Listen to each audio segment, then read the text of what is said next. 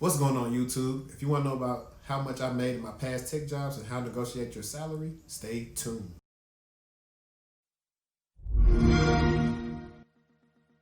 What's going on, Chatter Crew? It's your boy HD, and welcome back to another episode of Techno Chatter. I appreciate everybody for tuning in and helping me grow the channel. You know what I'm saying? All the comments, the shares, all the love. I really appreciate it, man. Hey, and if you're interested in IT news, cybersecurity, career advice, job tips, make sure you hit the subscribe button right now. So, alright guys, in today's video we're going to be talking about how much I got paid in my last tech roles, and as well as how to negotiate your salary for future roles. I got this idea from Curly and Credentialed. Her name is Annalise. You guys make sure you go check out her channel. She has an awesome YouTube channel. She's very good at networking. Like that double entendre. Start doing this thing in every video called Random Question. So the random question of today will be is, who was the United States of America's 8th president? The first person to tell me this gets lunch on them. So drop it in the comments and leave it with your Cash App or whatever your PayPal information is, or Zelle, you name it. Leave that in the comments and I'll be sure to give you your money. Alright, so without further ado, guys, I know you guys want to know about, oh man, he in tech, well, how much money is in it? You know, are they over there just lying? Everybody at 6 figures? Short and sweet answer. No, everybody's not starting off at 6 figures, and some people do. Those people are better than me. I have humble beginnings, so let's get into it. First job. As you guys know, my first real professional job was help desk. I came from that job from Target. And at the Target job, I was making $7.75. And I know you guys like, $7.75? You guys remember, I was working from there from 2011 to basically off and on through 2014. So that was a decent enough for me part-time while I was in college. But when I graduated, I knew I needed something more. So I got my first help desk role at $17 an hour. I was a subcontractor. And you know, that's around $35K if I'm doing 80 hours every 2 weeks. But the good thing about this position was I did get paid every week.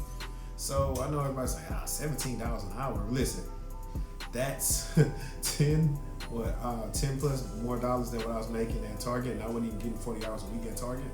So yeah, it is what it is. I mean, I was excited. I know I was gonna get my foot in the door, so I took it, and I didn't know if I had, a lot of leverage.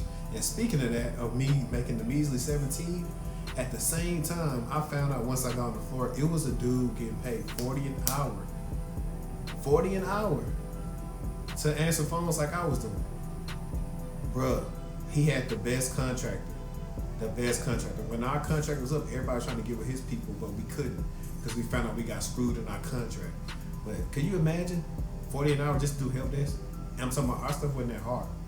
Easy bread. And the killer part is, he didn't want to do that. So he only did that for like 3 weeks and went to a different department. After I was a subcontractor for about 6 to 7 months, then I became on with the company. They pushed me up like $2 more an hour, so brought me around like 40K. It was more, pretty much I was making more than most people make in Shreveport Bossier area. I was making that. I knew at the time, after doing that job for almost a year, I knew I wouldn't get paid my worth, but I knew I needed at least get more money than I was getting when I was a contractor. But like I said, I didn't know how much leverage I had in negotiating. My second role, the knock role, the role that got me to DFW, I only took it for $8,000 more a year, guys. Yeah, I know. Why would you move for $8,000 a year? Listen, no state tax, and I was in Texas. I didn't have no family, like far as like a family, kids and stuff like that, and I wanted to get out. Could you blame me? I was tired of doing help desk, and I took it with the intention of knowing I wasn't gonna be there long. So yeah, so that put me at $48,000. And if we do like the 52 weeks, sometimes you get paid 3 times or something like that. Roughly around 50, maybe 51 if I stayed there for a year. You got overtime, so I mean, it's not bad. Not bad for a little regular, not level 1 role. Now, finally, my first security job. Finally got a salary job. Put me at around 70K, guys. Yes, that's right, $70,000. And some people who are aware of the salaries probably saying that's still low, and then some people who didn't know that is probably saying that's high. I probably could have got more because it's pretty much the first thing they offered me. I'm gonna tell you guys later on in the video, never take the first offer. But I was younger, I was just ready to get out, and I was like, at that point, it was 20,000 plus more than my base that I was making. So I was like, oh well. And relatively for no experience, so I felt like I didn't have that much leverage. This is my first job where we pretty much had unlimited PTO. We had bonuses, 401k match. So that's my first job that actually had a bonus. So I felt like I was doing good. This latest job, I'm gonna be real vague. I do make more than $70,000 a year. Pretty much have the same benefits. Where this time I think I negotiated my bonus a little more. But so now my current role, I am making more than $70,000. How to negotiate a salary. So pretty much this is something that's not even really taught in college. They don't really teach you how to negotiate your salary. They just say go out there and get a job. Most people who know how to negotiate their salary have good friends or no friends who've been in the professional field for a while. Like some of you, my parents weren't technically in the professional field where they had to negotiate their salaries and stuff like that. So they weren't able to tell me. I learned a little bit from one of my bosses in college. He taught me a little bit about that. For the most part, I was very green when it came to negotiating. But I got better. We learned trial and error. No biggie. So check it out. It's about I think I got 4 or 5 points. Number 1 is assess your skills and the market value. So let's say, for instance, guys, you want to do a role where you're like sysadmin and you've been applying, and in your area, sysadmins make an average of $100,000 a year.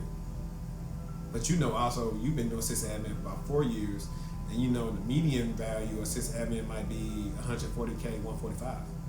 So keep all that in mind when you've been researching the companies and kind of on different sites for us like Indeed and PayScale and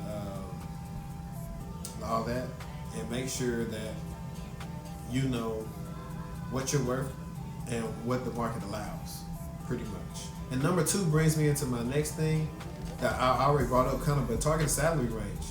Have a salary range in mind for whenever you're interviewing jobs, and if you're going to get to the last stages when those talks come up, have a target salary range so you already know without hesitation what you will and will not work for. So know that. Number 3, practice for asking for the salary that you want.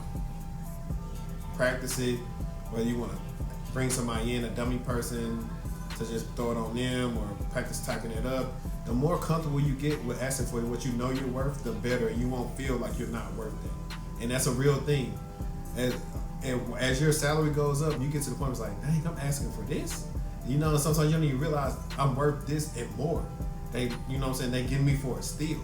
So yeah, practice on asking for that, because it'll help you so you don't never play yourself. Number 4 is a big one. Let the employer or the recruiter bring this up. And I threw in recruiter because sometimes before you interview, they'll already say, okay, we got a range of this. So that if they tell you from the jump and that's not what you're going to work for, they can keep trucking. But if this not something that happens, wait until the employer brings up during the offering stages of saying, hey, so, what's desired salary for this position, or, what are you looking at? And then that's when you tell them. Because their number 1 goal is to pay you the least to get the best out of you. I know it's backwards, but their job is to save money and make money. Hey, this is one-on-one. Don't share your salary history. Prime example, if you're coming from a lower end position like help desk or something like that, they don't need to worry about what you made, because 9 times out of 10 you're trying to transition to a bigger role or something like that, and you got more money. If you're like, oh yeah, I was making $35,000 at help desk, they're gonna feel like if they offer you $50,000, that's good. But the role that people normally pays them $75,000 or whatever. So don't play yourself. Don't tell them about what you're making. That's none of their business. Only thing that's of their concern is what they need to pay you for that role that you're interviewing for. Last but not least, number 6 is ask them about benefits. So you have PTO, bonuses, and 401k information. And there's other things. You got tuition reimbursement and other type of perks that come with the company.